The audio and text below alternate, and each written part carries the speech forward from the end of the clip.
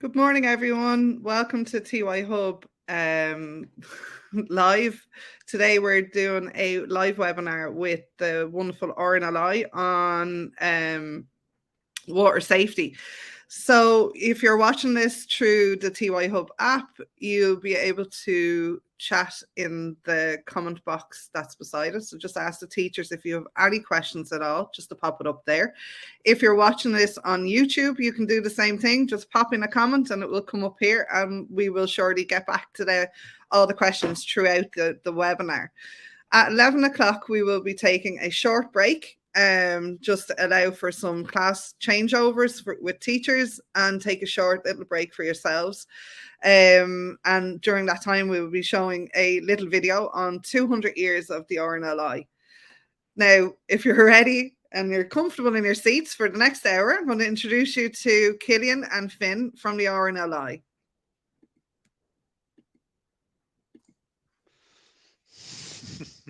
Hello, Fiona. Morning. Morning. Morning, guys. So all the students here are from all across Ireland, and they're ready to have a listen and get involved in the mapping out of the buoys. Great. Boys. First of all, hello everyone. I'm going to share my screen in a few minutes to do a little bit of a PowerPoint. But before we do that, I have a quick task for every school, if that's all right. If they could just put into the chat bar there either the address of their school or the nearest swimming location to the school or the nearest body of water. So it doesn't matter whether you're inland in Ireland or whether you're on the coast. The nearest place that students would go pier jumping or they go swimming in a lake, just drop it in the chat there. And the reason I'm doing that is I'm going to pull up Google Maps as part of this webinar today, and we're going to just have a quick look at all the waterways that people can go swimming at. I especially want to look and see where people go swimming inland. Believe it or not, in Ireland, about 60% of all our drownings every year are actually inland. So even though we're the RNLI and people would associate us mostly with the coast, we actually have four RNLI stations inland. We have two up in Upper and Lower Lough Erne, and then we have one in Lough Ree, which I'm sitting in today, down in Athlone, and then we have one in Lough Derg. So we're the charity that saves lives at sea, and in a few minutes I'm going to talk through a little bit about the charity and how it's structured to give you kind of a preference of how it works. But what I really want to do is take a look at some of the swimming areas around Ireland. So Finn or Fiona or Ellie, who's helped me there, if there's any comments go in, will you let me know?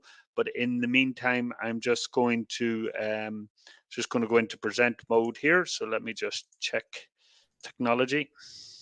So we've already got a few schools checking in there and letting us know where they are. So just give them a little bit of time. Great. Do you want to shout out one of them to me? Yeah, so we have Arklow by the Sea in Wicklow, and then we have Dungarvan. Also by the sea, we have Ross's Point in Strandhill Beach in Sligo. Right, let's go to Arklow first. So zooming in there, Arklow on the east coast. There we go. Just for you can see that fine, Fiona and Finn, yeah. Yeah, I've just added it there. Sorry. Yeah. So just for reference, there's Dublin. We're going down south towards Wexford, and this is Arklow. And we actually have a lifeboat station in Arklow. I'll see if I can find it. There it is. There, look. That's our RNLI lifeboat station there. It's one of many lifeboat stations we have on the East Coast. So the East Coast, I wonder that person who put it in, where do people swim? I have Arklow South Pier, and I know that there's lots of beaches and lots of options around there. So this is the East Coast of Ireland. So if I zoom out, you'll see just over here is Wales. So quite a narrow, can you follow my cursor there? Quite a narrow, what we call reach. So quite a narrow distance between Arklow and the next big landmass, which is Wales there. If I quickly zoom out and flip over to, let's say, you mentioned Ross's Point, Fiona, didn't you? So Ross's Point is here in Sligo. If I zoom out from Ross's Point, you can see that the quite a lot of ocean there between Ross's Point and the Newfoundland, Canada there as it is. The reason I show you that is the sea around Arklow is generally more sheltered than the sea around Ross's Point, just to use those two examples. So the East Coast is generally more sheltered. That doesn't always mean it's safe. And it's one of the things I want people to start thinking about on this webinar, is thinking about, where am I going swimming and is it safe to go swimming? So on big picture, or big map as it is, the East Coast would have less waves on it than the West Coast, simply because there is less sea there. There's less area for the waves to get big and to hit it. So if anybody lives on the West Coast, they'll be used to seeing, especially in the winter, massive big storms hitting the West Coast. You don't get that on the East Coast. But what you do get on the East Coast is what I call short, sharp waves that would hit into Arklow, and indeed further up to Dublin here, up in Wicklow. You get these short, sharp waves, which actually can be quite dangerous in themselves. And one of the things we've experienced on the East Coast is it's so calm for most of the year, people don't expect it to have waves. But a couple of times in the winter, it will have these short, sharp, steep waves that what we call a shore dump. In other words, the waves are breaking right onto the shore and can be very dangerous. So even on the East Coast, which is a bit more sheltered, definitely you need to be careful there. Is there any more, Fiona, with Ross's Point? Any more from around the country?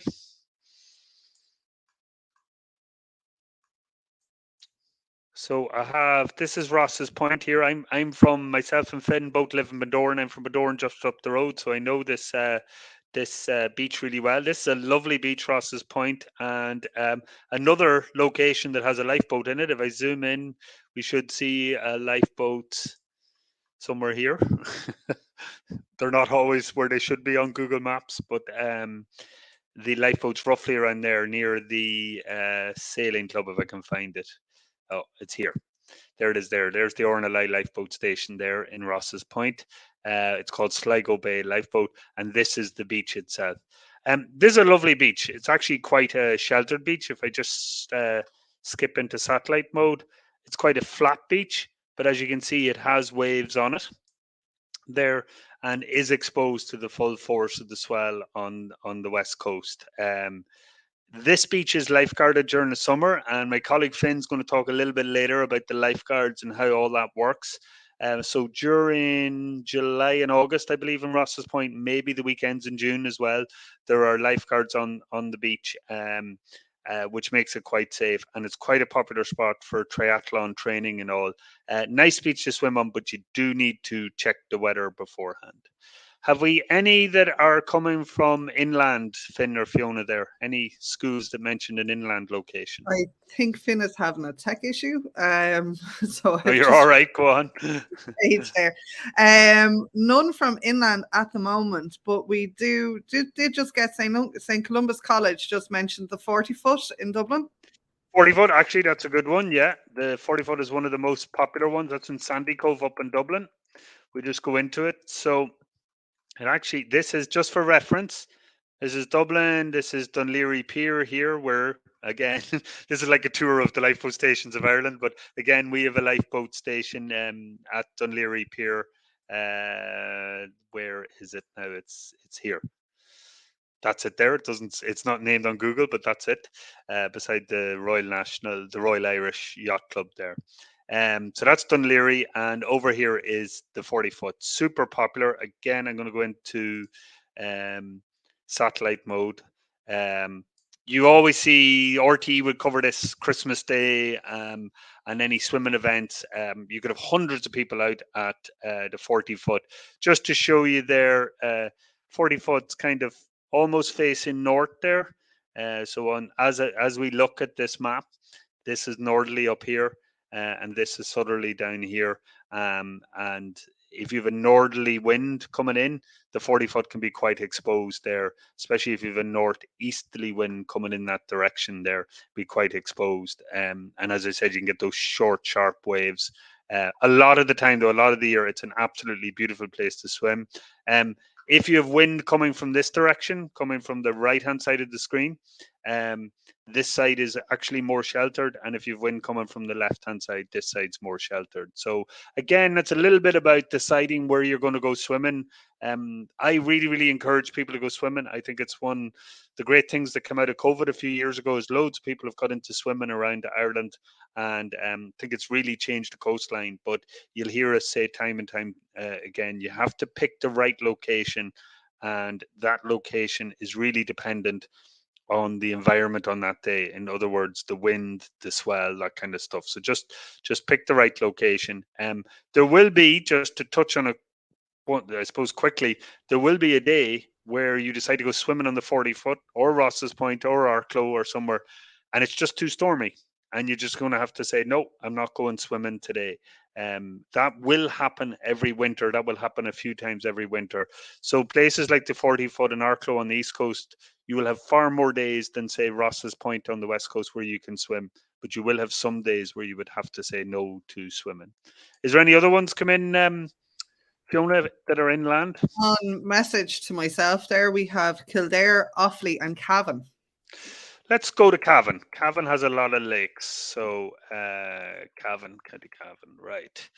So let's zoom in. Cavan is absolutely full of lakes. There's a rumor it's 365 lakes. I don't know if that was ever verified. And up in this end of Cavan, you have Belturbet. And in Belturbet, you have the River Erne system coming through. So this is Fermanagh up here. See, there's the border between Northern Ireland, Southern Ireland. That's part of it into Cavan, and down here, so there's quite a lot of lake systems, and the Erne Shannon waterway flows through it as well. If I scoot back over to this part of Cavan here, you literally have lakes everywhere.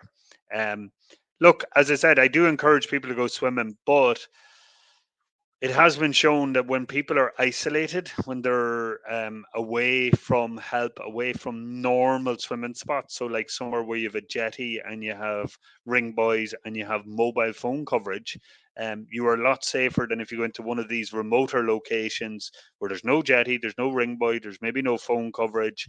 If something goes wrong, there's no way to call for help. So there's an awful lot of options for swimming in Cavan, but you should be very careful of the one you pick. We want to be looking for places that are publicly accessible, slipways, jetties, places where you know the depth, places that have safety signage up, and also places that have ring buoys on them. Now, a bit later on, we're going to cover ring buoys. We're going to talk about how you use them and what they're for. Ring buoys, you've all seen them at piers and rivers and canals. They are just those orange rings. The idea is you throw them in and they allow someone to float. But we'll go into that in a bit more detail. No ring buoy, no swimming. That would be the kind of rule of thumb for that. The other counties you mentioned there to me were Offaly and Kildare, wasn't it? Offaly and Kildare, yeah. So these are the inland counties. That's Offaly too. Not as many swimming options as in Cavan, but definitely I'm going to put in Kildare as well. But there's definitely, I know the Barrow River goes through Kildare and Athy. So there's definitely a few river options in Kildare. I'm just going to pull up. Bear with me, Barrow. River Barrow. There it is there. Yeah, so there's given the River Barrow there in Kildare. I've actually kayaked this. It's a great river, but goes all the way down through Athy down to a place called Stamullen, on through Kildare, and really nice river, but quite fast flowing in certain places. Has a lot of weirs and stuff on it.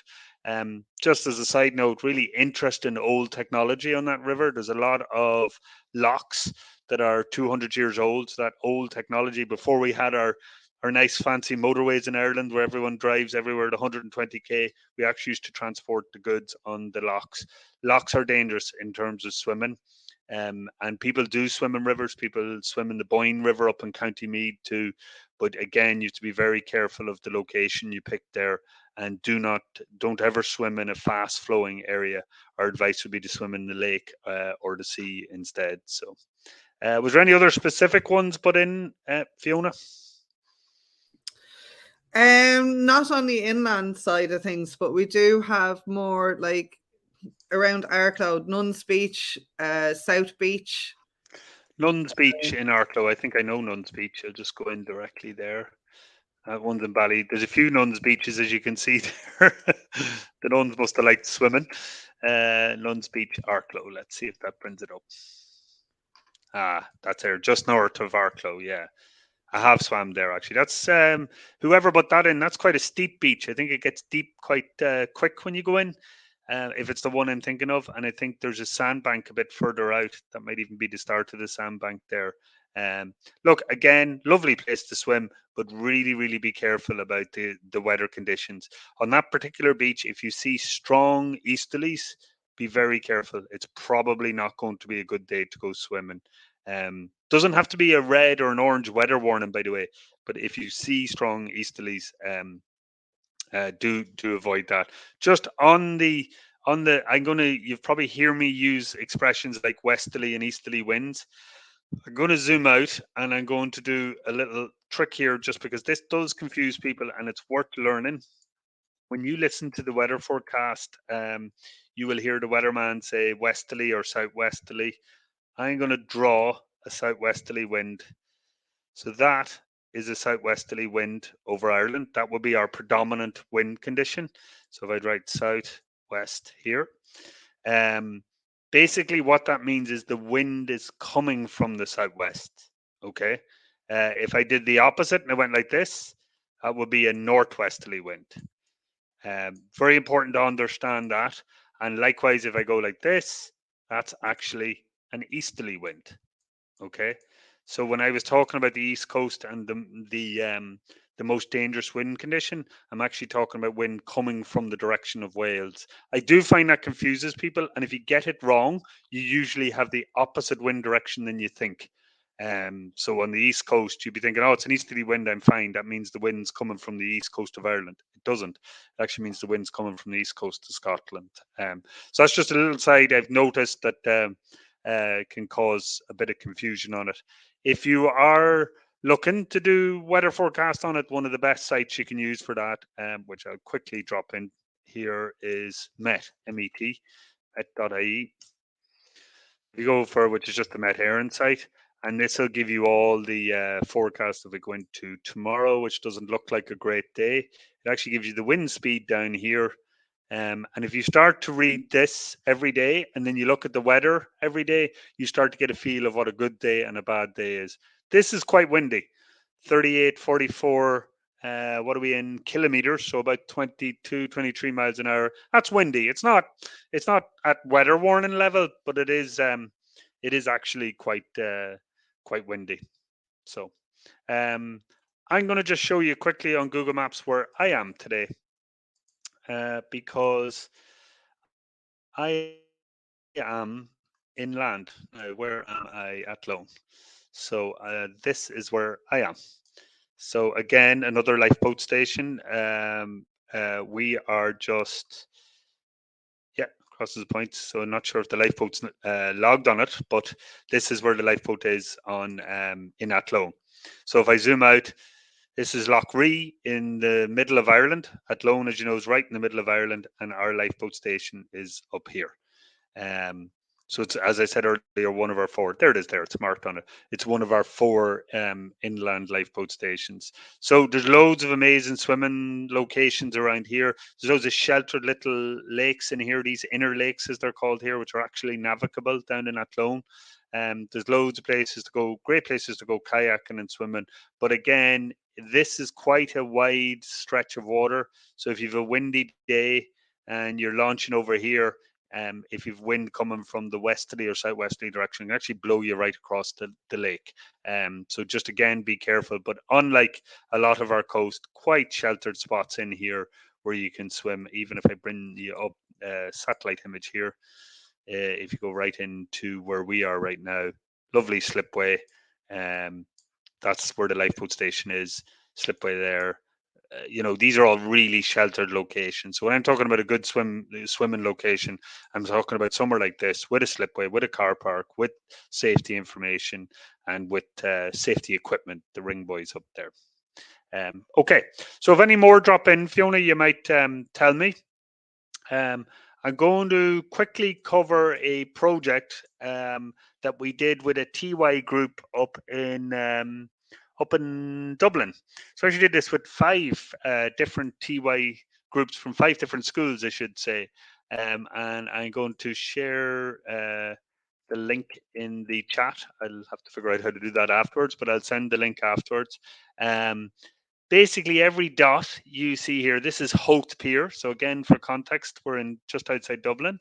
This map was made by TY students, and it was basically, they went around to all the houses, all the businesses in Howth, and distributed copies of this map, and they promoted it digitally online.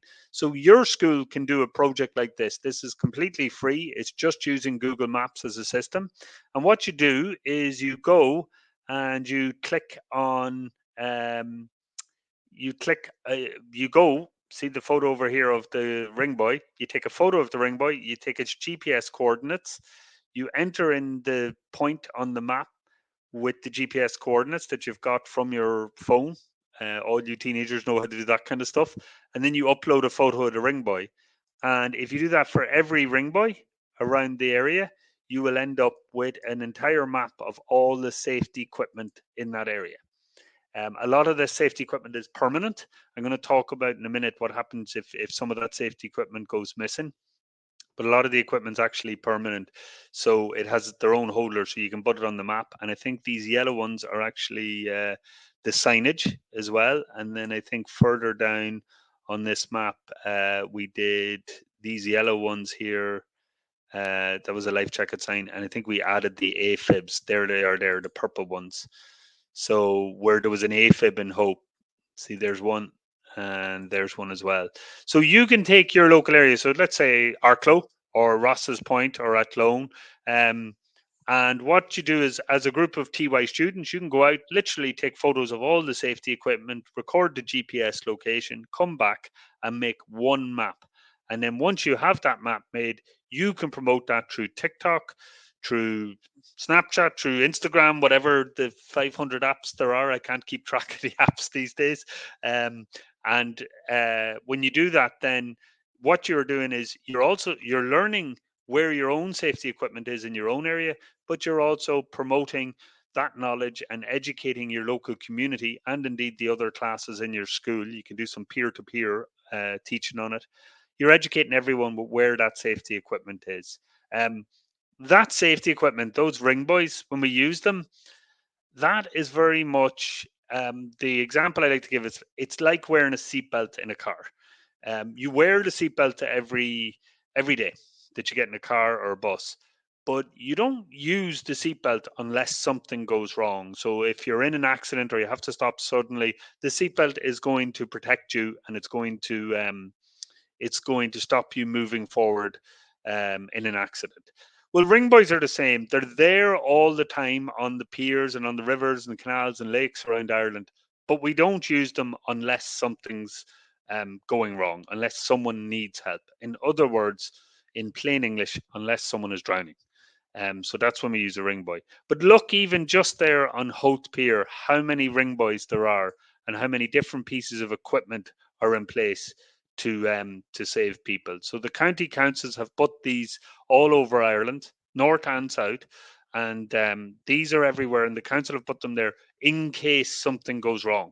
So just think about that. That all that equipment is for the day something goes wrong. If nothing goes wrong, that equipment never gets used. So that is a great thing to have, and ring buoys are one of the best ways to rescue people. Um, Finn will go into it later on. We actually do not, one of our messages is do not enter the water after another casualty, or after a casualty if they're in the water, after someone drowning. If you enter the water, you yourself can end up in difficulties. So we would suggest to use ring buoys, and we would suggest to ring 999. But we go a little bit further into that in a few minutes. So just while we're on the topic of ring buoys, this is the Water Safety Ireland website. So you can actually go on to watersafetyireland.ie/ringbuoys, or you can go on to ringbuoys.ie directly. And if you spot a missing ring buoy, you can actually go in. Let's go for Wicklow, and we'll pick Arklow because we were in Arklow earlier. So you pick Wicklow, Arklow, and you can say, what was the name of that beach, Fiona? The Nuns Beach or whatever it was. Put it in, and you just put a description and say, you know, ring buoy such and such missing and the date and all. Super important thing to do. If you see a ring buoy missing, and I would ask every student listening to this today, if you see a ring buoy missing, go on to ringbuoys.ie or go on to the watersafety.ie and report it missing.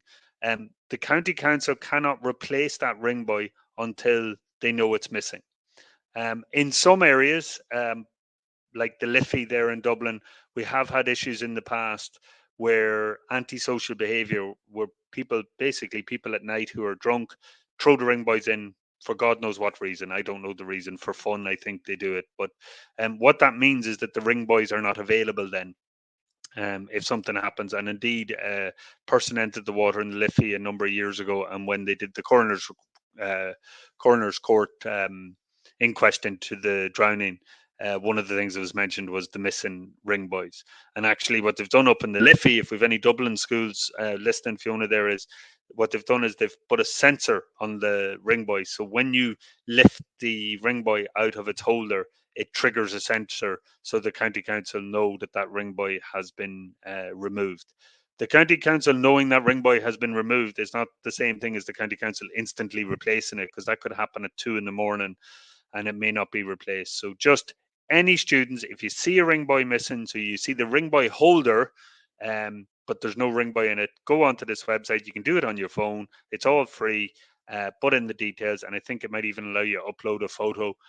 Do that and report it, and you could save a life. If you look at any of the stands that hold ring buoys around Ireland, they have a little sticker on it that says "Stolen ring buoy, stolen life." So never play with them, never use them unless someone's in difficulty, and always report them if you see them missing. Okay. I'm just going to briefly talk a little bit about the RNLI. When I'm going to hand over to Finn in about 20 minutes, and Finn's going to literally go through our safety messaging in detail using a PowerPoint. But I just want to briefly talk about the RNLI and who we are, and also what we can do for you. So first of all, RNLI, Royal National Lifeboat Institution. It's our birthday soon. On the 4th of March, we're 200 years old. I know I don't sound it or look it, but we're 200 years old on the 4th of March. So we have a great legacy of life-saving over the last 200 years.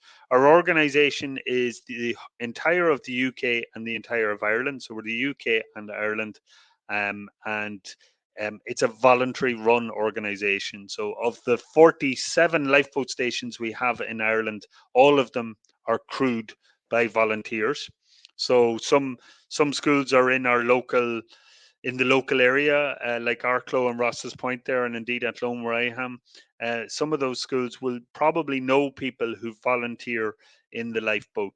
So our crews do not sit in a lifeboat station, I guess, like I am today. They don't sit in a lifeboat station and wait for an emergency to happen. They just go about their normal job. We have taxi men, we have paramedics, we have teachers, we have bankers, we have everybody from every walk of life involved in the RNLI.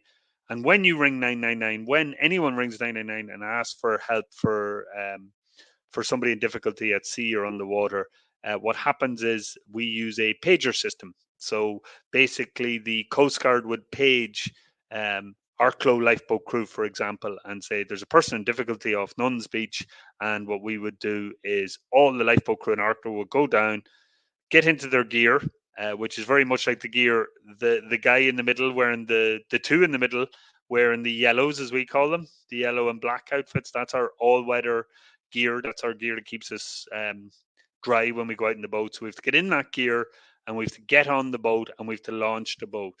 The time from when the Coast Guard tell us to go, we call it task. the time from when they task us to go to the time to when our boat leaves the pier, hits the water as such and leaves the pier, that is what we call our launch time. So I want you to think about this for a second. Our launch time is 10 minutes. 10 minutes is what we have committed to. So even if you see someone in difficulty and they are 100 meters from the bottom of the slipway that there happens to be an RNLI lifeboat at, it will still take us 10 minutes to get to that person because we have to get to the station, get into our gear, get the boat launched, and then get out. So being rescued by the lifeboat is not instantaneous. We're not going to be there within 1 minute. It's going to take time. And the reason I mention that is, and this is where you come in, the decisions you make. For example, if you go out in a boat this summer and you're not wearing a life jacket, that means you have less time if something goes wrong. So when you wear a life jacket, it buys you time. It keeps you afloat. It keeps you on the surface. And we, as a lifeboat crew, as a voluntary lifeboat crew going out, we want to be picking up people. We don't want to be recovering a body, not to sound too dramatic. So the decisions you make are very important on that. And also, and Finn will touch on this later, is if you are going anywhere on the water, you should have some means of calling for help. That can be a mobile phone, it can be a VHF radio, whatever it is, but don't go out on the water and not have a way to call for help if something goes wrong. Nobody plans, nobody wakes up in the morning and says, today I must call the lifeboat. That's kind of not how it works. What happens is something goes wrong and then people have to do it in an emergency. So I guess one of the things I'm getting you to think about, or two main points I'm getting you to think about in terms of this presentation, is actually you should have a means to float. So that's like a life jacket. And you should have a means to call for help. So that can be a mobile phone. And in fact, you can put a mobile phone in a waterproof pouch, and then you can put it in a pocket in your life jacket. If you're getting serious into sailing or boating, you might have a VHF radio. Sometimes the swim groups just use a whistle. But always be thinking, I'm going on the water. What's my plan if something goes wrong? Hopefully nothing will go wrong. Hopefully you'll have made the right decision on the day. And if you do need help, you have a way to call us for help. Quickly, for the teachers and indeed for the students in the room, if you go on to so if you just Google RNLI, you'll get to our homepage here. I'm just going to quickly show you, if you go in under education here, there is a fountain of resources. Ellie, who's part of our support team from our headquarters over in Poole in England, is actually on the call too. And we have amazing resources in here, and we also do educational visits. So we have about 130 people around Ireland who will come out and actually visit your schools. There are water safety volunteers, and we also have activity sheets and posters that you can print.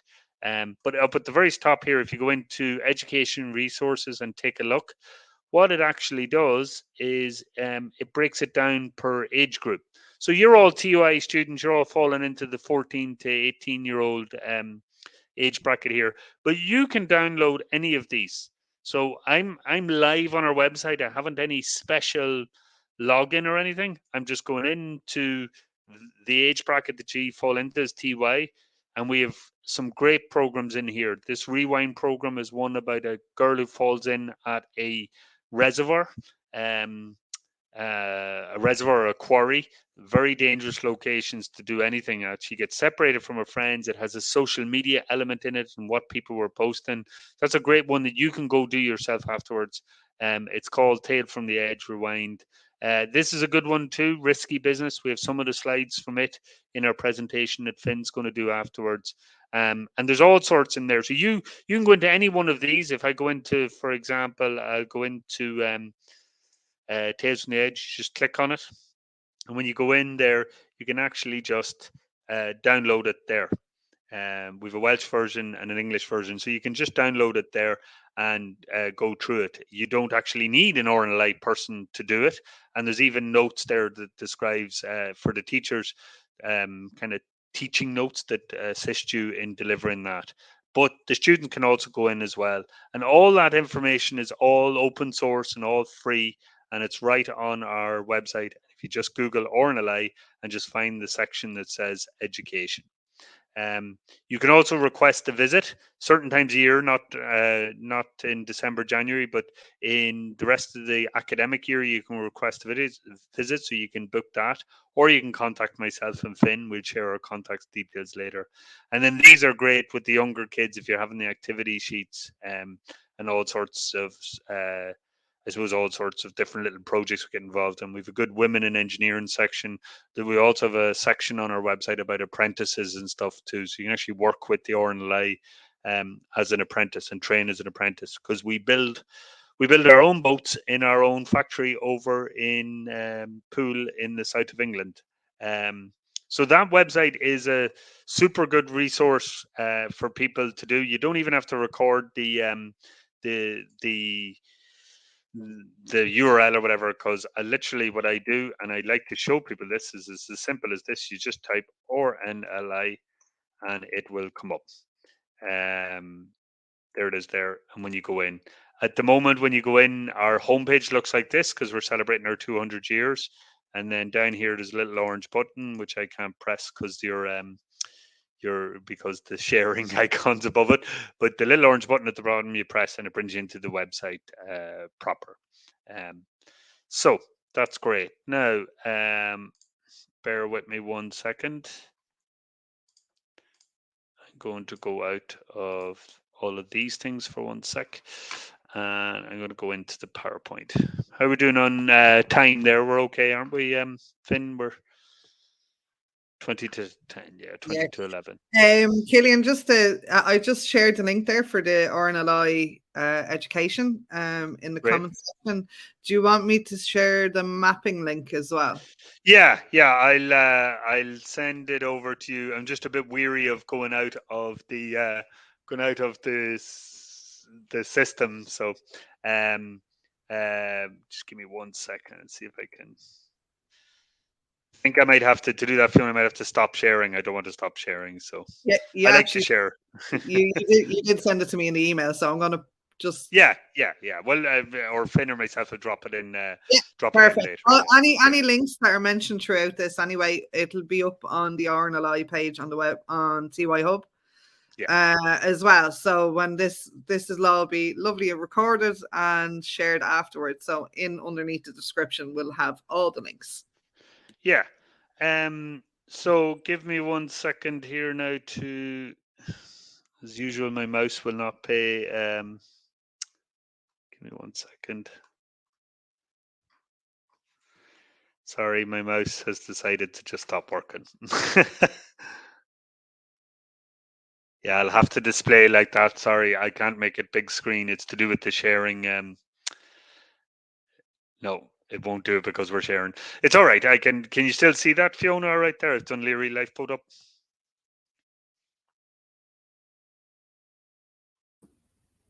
Yeah, you're clicking through the slides there, Killian. You're all good. Yeah. Sorry. So sorry I can't make it bigger there. I can't get it to go full screen because just the way we're sharing at the moment. But there, I got it to work. This is our Dún Laoghaire Lifeboat there. See the 14 on the side of it. That means it's 14 meters long. This is what we call an all-weather lifeboat. You can see actually the famous smokestacks in the background there down at Poolbeg in Dublin. This is in Dún Laoghaire. We have two boats. We have this, and then we have a small 5-meter D-class boat. So that's just to give you a feel of our equipment and what's on the coast and what can go out. As I said, we've 47 stations in Ireland, but the Dún Laoghaire one is what it's called a dual station, has two boats. So there's an inshore boat, which is great for getting into little small coves, and then it has the all-weather boat. Earlier on, I said we'd 47 stations in Ireland. We actually have 238 lifeboat stations around the UK and Ireland. So if you added up every single one of those dots, you would get 238. And this also shows the different boats we have, including our newest all-weather boat, which is actually called a Shannon. It's named after the River Shannon. Which is an amazing boat, which I wish the RNLI give me for my station in Bundoran, but that hasn't happened yet. But it is literally like the space shuttle. It's fly-by-wire. You drive it by a joystick. It's brilliant. So it's a very big organization, 35,000 volunteers over the UK and Ireland.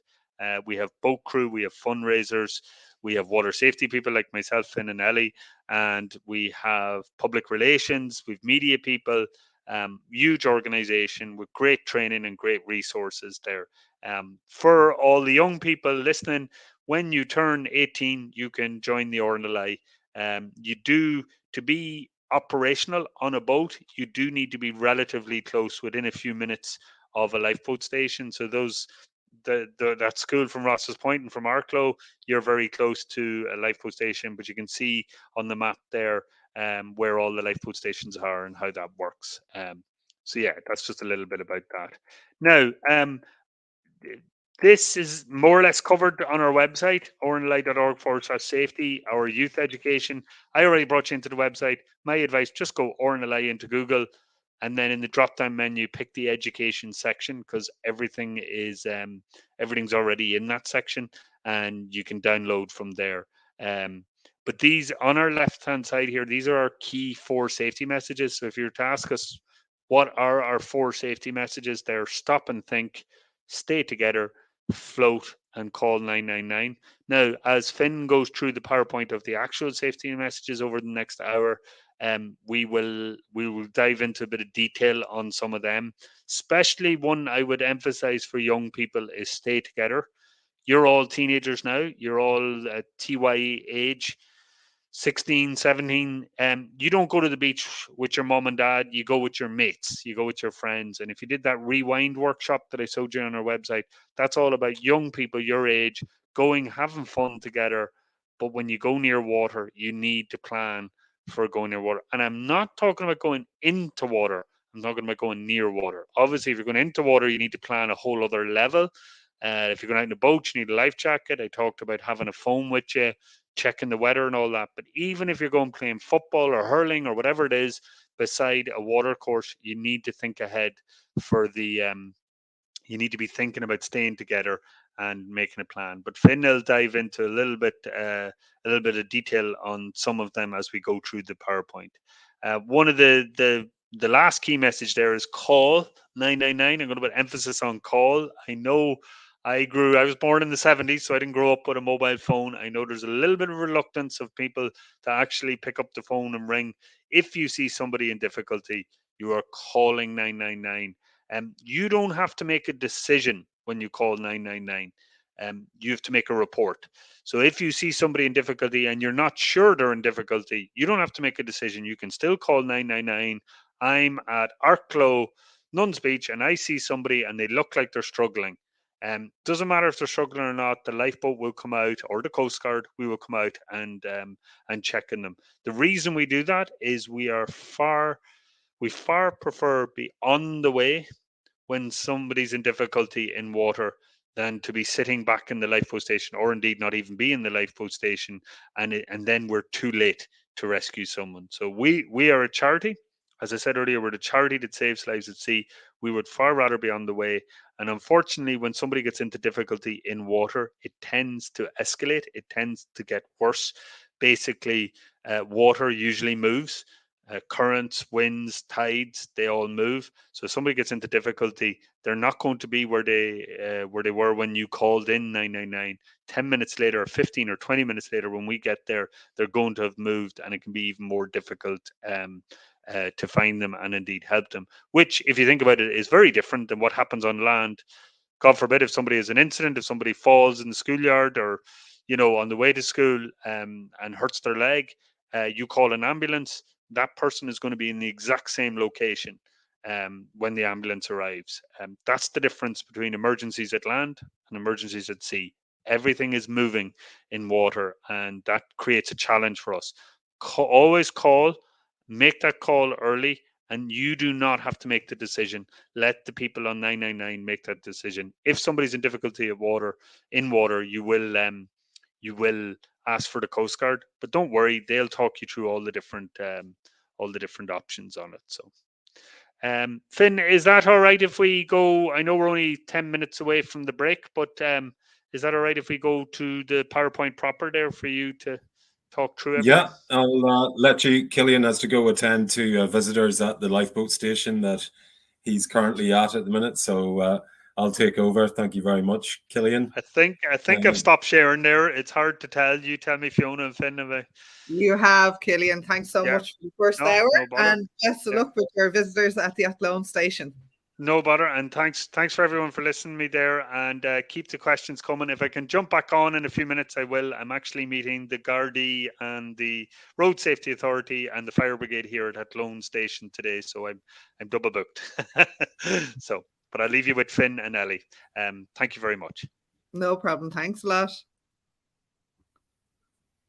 Okay, guys. Can you see a slide that says risky business there? And somebody staring over the edge of the abyss. Fiona, can you see that on my on the screen? Silence. Can you not hear me? Yes, no, it's there. Brilliant, brilliant. Okay, well, I'll carry on from here, guys, and we'll run up into 11 o'clock, at which point you'll take your 5-minute break. So the reason why we are here speaking to you today is because young people are our high-risk group. Because we know when we analyze our figures from water-related incidents or deaths, drownings, and even across the world, we see that young people are particularly affected, particularly young males.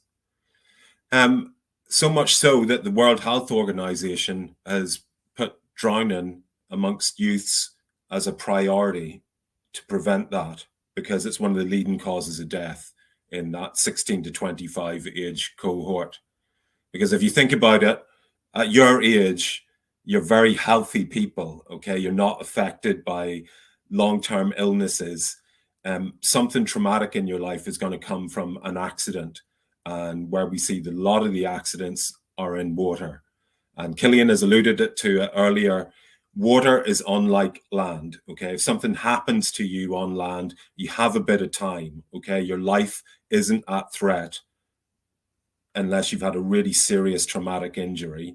Whereas something in the water, when it happens, if you have a minor medical event, that can escalate quite quickly because you need all your faculties to be able to survive in water. So think about when we talk to our close at 12 o'clock, I'm going to be teaching you survival skills, okay? Because in water, we can't survive unless we apply certain principles and certain physical techniques. Now, risky business is the headline there. Risk-taking is what we deal with the effects of whenever we're called out, okay? It's good to take risks in life. You know, that opens up our world to new experiences. Traveling is a really good example of that. You know, traveling both within our own country and abroad really helps broaden your mind, new experiences, meeting new people. Those are all really good things, okay? If we want to embark on a new career, so maybe we have to take a risk and we're changing our career, or we're studying a subject we've never studied before, or we're taking up a new activity, taking up a new art form, learning a new language. You know, these are all things that will enhance our life. There's a little bit of risk because we're venturing into the unknown, but we kind of go, well, you know what, this is going to improve our lives so much that's worth taking that little bit of risk for. And actually the risk isn't that great, okay? It's when we think about, is there a threat to life? You know, mostly we can reduce that risk right down and go like, well, yeah, look, you know, if I travel to, let's say, Australia, which is a pretty safe country, if I look up, do a little bit of research, know where I'm going, I've reduced the risk to my life, you know, pretty much down to minimal, and it's worth taking that risk, okay? Where we have the other end of the scale is, you can see on this slide here, somebody is sat over the edge of a cliff looking down. There's turbulent water underneath, there's loads of rocks, there's loads of danger underneath there, and you kind of have to say to yourself, well, what am I actually getting from this? risk versus reward. Okay, I've got that momentary thrill of sitting on the edge of the cliff. But in actual fact, if something did go wrong, the consequences are very, very high. So risk versus reward there, you're much higher on the risk scale versus the reward. Let's look at some of the reasons why we take risks. Maybe it's to impress our friends, so you don't get left out, peer pressure because you're bored, for the adrenaline rush, so I can add a photo to my Instagram account. I'm young and invincible, rebel against what I'm supposed to do, feel good and reap a genuine reward, look cool. Okay, there's lots of social pressures there, little voices in our head that are coming into our decision-making process as to whether we are going to go ahead and do something. What I'm going to show you is some of the longer-term effects of a poor decision-making in certain accidents that have happened around the coast, and for young people, potentially life-changing. This is an example of a student, Jack Kavanagh, who's really, really experienced sports person in the water. He was a windsurfer, a surfer, actually a trained lifeguard, and he was just on holiday in Portugal, just between his first and second year at university. And he was just with his mates on the beach and just decided to jump in and have a swim. But unbeknownst to Jack, just off the shore, there was a submerged rock, and he dived headfirst into it in really shallow water. It looked clear from the shore, looked clear from the beach. And as a result, he suffered quite traumatic spinal injuries, and he's unable to walk for the rest of his life. Really inspirational guy, hasn't let it define him in any way at all. And he's become really active on social media. He was on Tommy Tiernan's show last year, speaking up and sort of saying, like, look, even when you have these accidents, you can still forge forward with whatever dreams you may have. And he indeed went on to finish his pharmacy degree. But the headline there in the paper, it certainly isn't the life that I planned, but it's the life that I have. So, it's just a moment in time where just that little bit of risk taking, it was a 5-10 second process where I go, okay, I'm just going to jump in. It's a nice day. Beach looks clear. And then he had this accident that affected the rest of his life. We had really nice weather about 2 Septembers ago. 2 teenage boys went for a swim up in County Derry at a lake. It was one of those Indian summer days that seem to happen whenever the schools start up again. And they jumped in to cool off. One of them got into trouble. Another one tried to swim out and help his friend, and they both ended up drowning, which is quite a frequent occurrence. We call it double drowning, where the person that's drowning actually becomes so desperate to save their own life, they'll push the other person down. And unfortunately, these 2 young boys both were overcome by the conditions. So look, the message that we want to get out there is a moment for safety saves a lifetime of regret.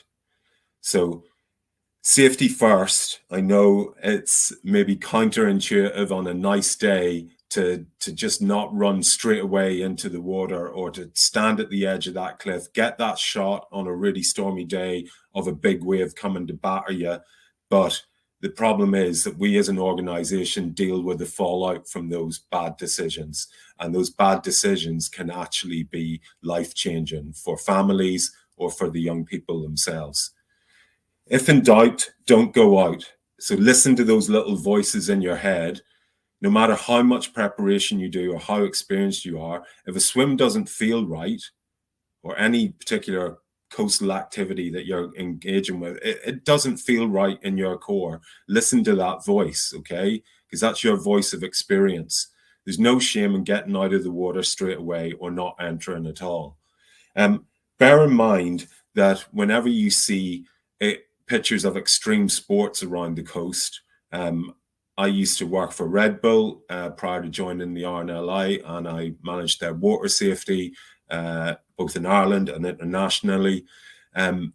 We did a lot of high-profile extreme sport stuff. And what you see on the screen is completely different as to what is behind the scenes. So when you see a picture of a person surfing a really big wave, there's a massive safety team behind all of that. So you're reducing the risk right down to a very, very small level, because if that person gets in trouble, there's a whole army of people there to save their life, including doctors, paramedics. We've got helicopters, we've got multitudes of rescue jet skis all in the background. Okay, so it's all about risk management.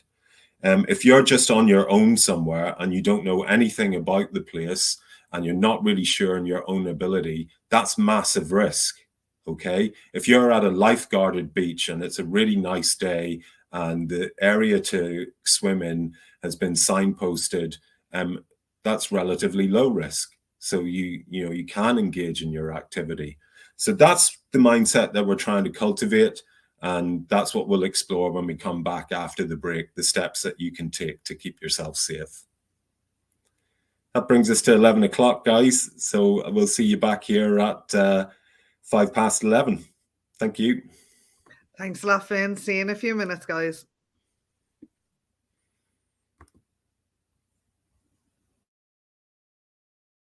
RNLI lifesaving, a lot has changed, including our lifeboats.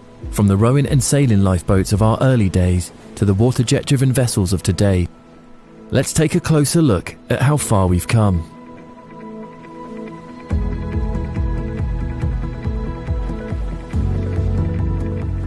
Over 40 different classes of RNLI lifeboat have been designed and built over the years. But the first purpose-built lifeboat came before the RNLI. Called the Original, it was constructed by Henry Greathead in 1789 and launched in 1790. Powered by 10 oars, it could carry 20 people, including a lifeboat crew of 12. These days, the RNLI have a team of in-house naval architects and engineers. Building on the RNLI's 200 years of life-saving knowledge and experience, they designed the newest class of lifeboat, the Shannon. Harnessing cutting-edge technology, Shannon-class lifeboats are very agile, maneuverable, and have a top speed of 25 knots. They have a specially designed hull and shock-absorbing seats to protect the crew in stormy seas. Crew safety is a very important factor in lifeboat design. In fact, one of the first improvements that was made to our earliest lifeboats was the ability to self-right. So if it capsized at sea, the lifeboat could turn itself back upright. In 1851, the Duke of Northumberland held a competition for the best lifeboat design. Out of 280 entries, James Beecham's design won. It's the first true, efficient, self-righting lifeboat, but the RNLI committee felt that it could be improved. So in 1854, a new design was drawn up and built by James Peake. It was known as the self-righter type.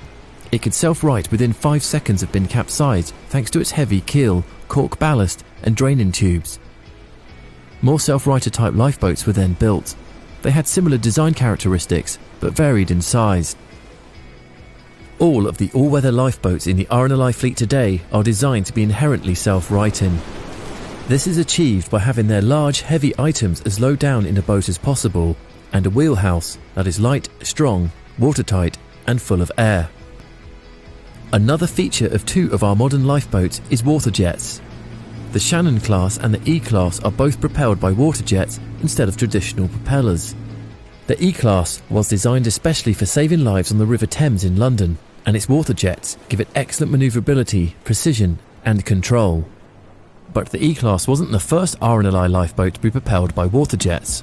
Back in 1890, 6 steam-driven lifeboats went into service. 3 of them were hydraulic steam-driven lifeboats and had water jets instead of propellers. Between them, these 3 lifeboats saved 570 lives. But they were slow, heavy, and expensive to build and maintain. Their development was soon abandoned, with the focus turning to petrol power. The first motor lifeboat entered service in 1905 with a single petrol engine and propeller.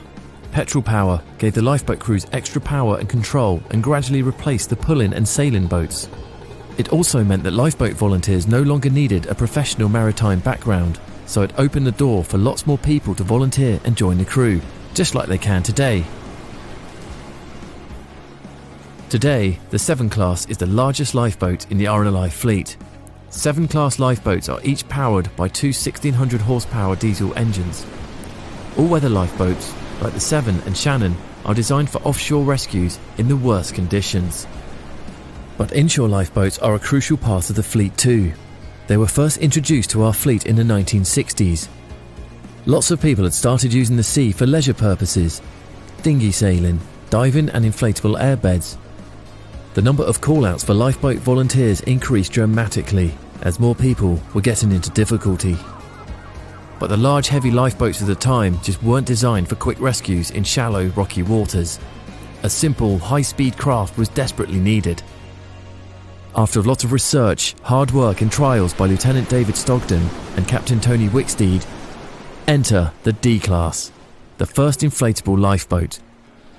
The early models were lightweight and had a top speed of 20 knots. From there, more inshore lifeboat models were developed, including the B-Class, the RNLI's first rigid inflatable lifeboat. Today, the D-Class lifeboat is known as the workhorse of the RNLI and can be found at just under half of all of our 238 lifeboat stations. They have a top speed of 25 knots and are perfect for rescues close to the shore. And our B-Class lifeboats are the busiest on the coast. Powered by their 215 horsepower 4-stroke engines, they have a top speed of 35 knots. Our lifeboats have come a long way in the past 200 years. A lot has changed, but they all share the same purpose. Powered by kind donations, operated by selfless lifeboat volunteers, they are designed, made and launched to save lives.